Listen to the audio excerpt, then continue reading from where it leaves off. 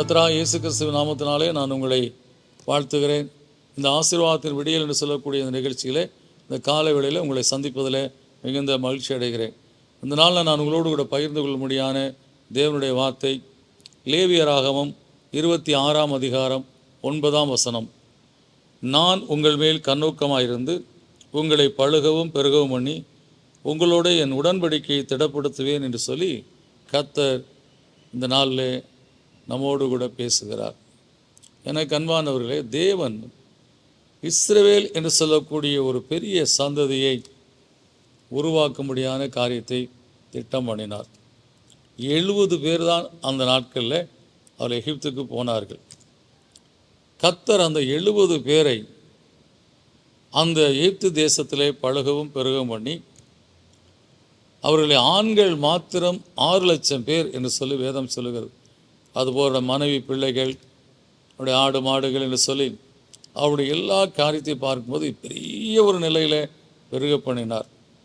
அவர் சொன்ன காரியம், நான் உன்னை விஸ்தாரமும் பாலும் தேனும் ஓடக்கூடிய சிங்காரமான தேசத்துக்கு உன்னை கொண்டு போவேன்னு சொன்னார்.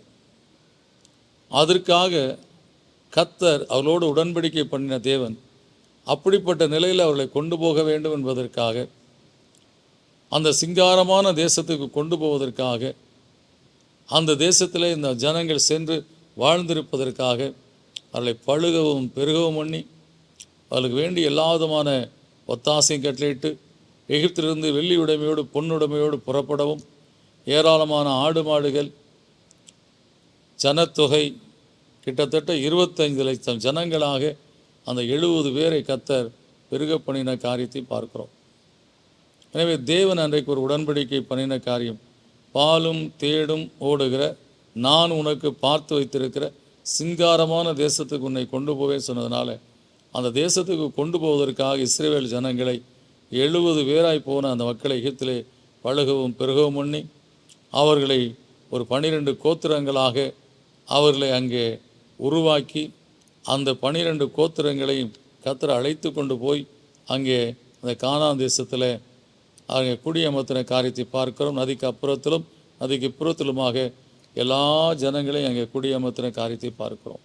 எனவே இந்த வேதம் சொல்லுகிறது, நான் உங்களை பழுகவும் பெருகவும் ஒன்றிற்காகத்தான் நான் உங்கள் மேல் கண்ணோக்கமாக இருக்கிறேன். நீங்கள் நான் நினைக்கிற அளவுக்கு பழுகி பெருகும்போது தான் நான் கொடுக்குற இடத்துல போய் நீங்கள் வாழ முடியும். இல்லை என்று சொன்னால் அந்த அவ்வளவு பெரிய விஸ்தாரமான சிங்காரமான தேசத்தில் நீங்கள் போய் ஒரு 1000 பேர் வாழ்ந்தீங்கன்னா அது நிறைவானதாக இருக்காது என்று சொல்லி கர்த்தர் அந்த மக்களை உடன்படிக்கை பண்ணி திடப்படுத்தினார். ஆனால் அவர்கள் நெருக்கப்பட்டு கண்ணீர் வடித்த உடனே கர்த்தரால் இதை சகிக்க முடியவில்லை.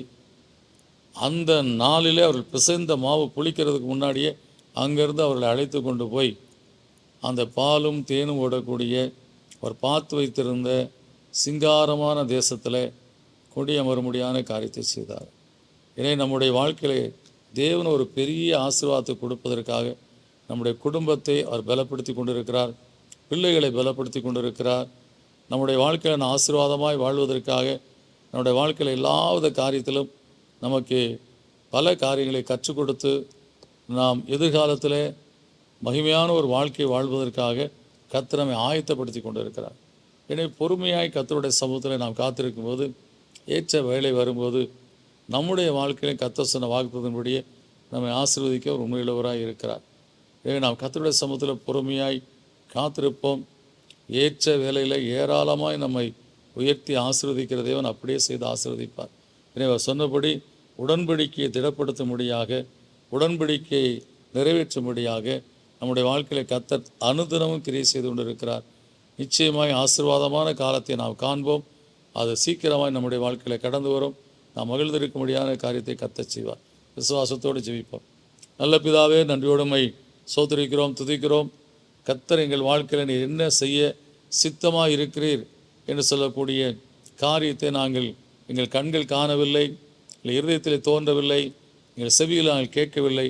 ஆனால் எங்களுக்காக நீர் கர்த்தாவே அப்பா செயல்பட்டு கொண்டிருக்கிறீர். அதற்காக கொடாகுடி ஸ்தோத்திரம். கர்த்தா, நாங்கள் பொறுமையாய் காத்திருக்க வேண்டும் என்பதே கர்த்தா உம்முடைய எண்ணமாக இருக்கிறதப்பா. எனவே நாங்கள் கர்த்தாவுடைய நாமத்தினாலே ஆசீர்வாதமாக இருக்க வேண்டும் என்பதற்காக நீர் எங்களுக்கு என்று சொல்லி கர்த்தாவே அநேக காரியங்களை நிறைவேற்றி கொண்டிருக்கிறீர். அந்த நாட்கள் வந்தவுடனே அதை எங்களுடைய வாழ்க்கையில் கொடுத்து ஆசீர்வதிக்க உண்மையுள்ளவராக இருக்கிறீர். அதற்காக கோடாகொடி சோத்திரங்களை ஏறெடுக்கிற கர்த்தாவே அப்பா, இஸ்ரவேல் ஜனங்களை எகிப்துக்கு கொண்டு போவதற்கு முன்பாகவே அங்கே யோசேப்பை கொண்டு போய் அதற்கான காரியங்களை ஆயத்தப்படுத்தி அந்த எகிப்தில் இஸ்ரவேல் ஜனங்கள் பழுகி பெருக வேண்டும் என்பதற்காக அந்த ஜனங்களுக்கு ஏற்ற சூழ்நிலையை அங்கே யோசேப்பின் மூலமாக ஏற்படுத்தினீர் ஆண்டவரே. ஆனால் கானான் தேசத்துக்கு போகும்போது நீரே கர்த்தாவுடைய ஜனங்களுக்கு ஏற்ற சூழ்நிலையை அந்த கானான் தேசத்தில் ஏற்படுத்தி கொடுத்தீர். அந்த கானானியர்களை கொண்டு அவர்களுக்கு வீடுகளை கட்டினீர், கிணறுகளை வெட்டினீர், கர்த்தாவே பல மரங்களை நட்டு அவள் வாழ்வதற்கு வேண்டிய எல்லாவற்றையும் நீர் ஏற்படுத்தி வைத்திருந்தீரப்பா. அதுபோல் நீங்கள் என் வாழ்க்கைக்காக செயல்பட்டு கொண்டிருக்கிறீர். நிச்சயமாய் நாட்கள் வரும்போது எங்கள் வாழ்க்கையில் கர்த்தாவே அந்த ஆசீர்வாதங்களை கொடுத்து எங்களை ஆசீர்வதிக்க உண்மையில தேவனாக இருக்கிறேன். எனவே நாங்கள் மேல் நம்பிக்கை விசுவாசம் வைத்து கர்த்தாவே எங்கள் மேல் கண்ணோக்கமாக இருந்து நாங்கள் பழுகவும் பெருகவும் எங்களுக்கு ஏற்ற காரியத்தினை செய்து கொண்டிருக்கிறேன் சொல்லக்கூடிய விசுவாசத்தோடு வாழ ஒப்பு கொடுத்து இந்த காலில் ஜெபிக்கிறோம். அப்படியாய் கர்த்தாவே நீங்கள் எங்கள் வாழ்க்கையில் ஏற்ற வேலையில் எங்களுக்கு வேண்டிய எல்லா ஆசீர்வாதங்களும் கொடுப்பீர்னு சொல்லி இந்த காலில் துதிக்கிறோம். அப்படியே அதை பெற்று நாங்கள் உங்களுக்குள்ளாய் கலிகூர்ந்து வாழ அருள் செய்தலும் ஆசீர்வத்திலும் கர்த்தாவே இயேசுவின் நாமத்துக்கு நல்ல பிதாவே, ஆமென். கர்த்தர் உங்களுக்காக ஏதோ ஒன்று செய்து கொண்டிருக்கிறார், ஆனால் உங்களுக்கு தெரியாது. ஆனால் நிச்சயமாய் அதன் பலனை நீங்கள் அனுபவிப்பீர்கள். கர்த்தர் சீக்கிரமாய் இந்த ஆசீர்வாதங்களை கொடுத்து உங்களை ஆசீர்வதிப்பார். God bless you.